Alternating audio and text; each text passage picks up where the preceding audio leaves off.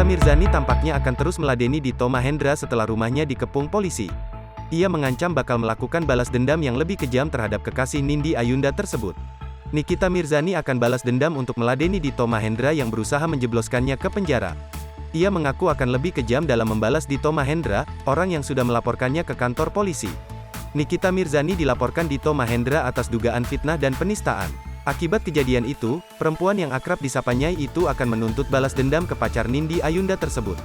Tak ingin tinggal diam apalagi setelah rumahnya digeruduk polisi pagi buta membuat Nikita Mirzani meladeni laporan yang dilayangkan Dito Mahendra. Dalam live Instagram yang dibagikannya, Nikita Mirzani blak-blakan menyindir Dito Mahendra yang sudah menyenggol dirinya. "Kalian pasti musuh-musuhku membayangkan aku di penjara, as you wish aja lah, jangan dipikirin terlalu jauh, jauh banget," ujarnya. Pokoknya buat Dito Mahendra pembalasan itu bakal lebih kejam, sindir Nikita Mirzani sambil tersenyum bak mengejek. Bahkan, mantan istri Sajat Ukra itu mengatakan jika ia ingin sekali bertemu dengan Dito Mahendra.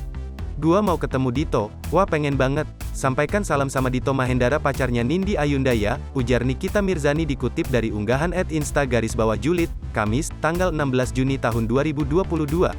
Kemudian Nikita Mirzani pun menantang untuk Nindi Ayunda adu tinju dengannya di Hollywood Sport Show, HSS.